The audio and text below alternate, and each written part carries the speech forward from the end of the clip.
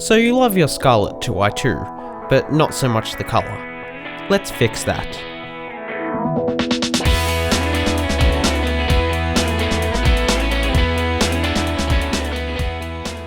So hey guys, Aidan here, and today we'll be taking a look at plastidipping a Scarlett 2x2. So today we'll be plastidipping a 2x2 so that we can make this go to this. So the first thing we're going to need is a can of Plastidip, a couple of small screwdrivers, some newspapers, some Windex, and some cloths. Start off by using the small screwdriver to take the large screw out of the back, and then you can move on to the two smaller screws once you're done with that. Be careful of these, as these can thread easily and they're pretty hard to get out, so you'll have to be careful and take it nice and slowly. They will eventually come out, it just takes a bit of work and effort, and you need to find the right screwdriver so that you can remove them. So once you've got these screws out and have stored them away separately, you can go and move on to the two clips holding the line output, kind of speaker outputs together, so you can just screw them off pretty easily, and then you're ready to just pop the back off or pry it off with a screwdriver. So once you have it open, there are two small little clips as such, which you'll need to use a screwdriver to unclip them so that you can push the board out with your fingers. So just get a screwdriver and pry it in there so that you can open it easily and just push it out. Now once you've got the board out, you can also test it to make sure it works, or use it, whatever, just store it away safely. Now then you can move on to removing the sticker, which is pretty easy. You just have to peel it off, and then after that's off, start cleaning it with a bit of Windex. So grab your Windex, and then once you've grabbed your Windex, grab a cloth, any cloth will do, and just start wiping it down, getting any grime off, blah blah blah, and then grab a microfiber cloth and do the same to get any small little fibers off that you didn't get with the other one. Now that you've got this done, lay out your kind of area, mask off the bottom of the 2x2 feet so that they don't get painted and still have grip, and then you can start painting. So the first coat should just be a very light coat, just so that the Plastidip can get grip, and the second coat should also be just another light one for grip, not to totally cover it. Now you can start going to town with a bit more thicker coats so that they're nice and thick and solid.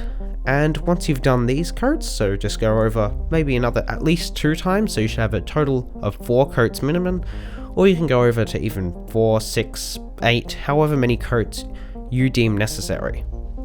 Once you've got these top coats on, you can flip it over to the bottom, do the same 2 light coats on that. Nice and easy. Also make sure it's not too windy, as you can see the paper blowing up, just hold it down. And just do the 2 light coats and the 2 slightly heavier coats. But you'll have to be careful, because when I flipped mine over, it left this paper on the top, and so I had to cover it up with more coats. So make sure it's totally dry before you flip it over, because otherwise you'll leave those remnants. So any touch-ups, just go over it again. I had to go over with a few more coats to make sure that it was totally covered and looking good again. So just make sure you go over it. Keep going over any parts that will be visible, make sure they're sprayed, but don't worry if there's overspray on the inside, as we can easily cover that up when the 2x2 is reassembled, and it's not really a big issue, so don't worry too much about it unless you really want to be careful. So now you've got this, once you've all sprayed it, and it's looking pretty good.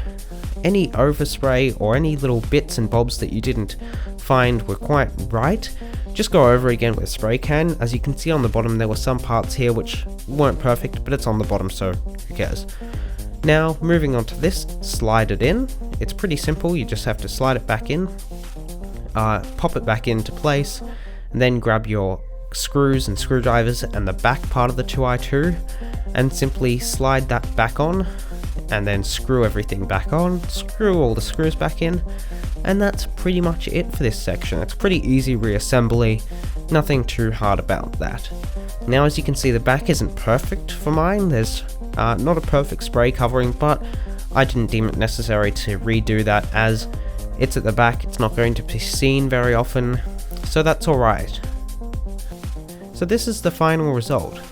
I think it looks really good, and while it's not perfect and there are Definitely some imperfections on the top, and there's especially one dimple you can see there, but I think it looks really good, and it's so much better in my setup personally than the red one. Even though the texture isn't exactly what I would have liked or as good as the original, the white looks really good, I think, and compared to the red one, it's just a lot more subtle and can blend in.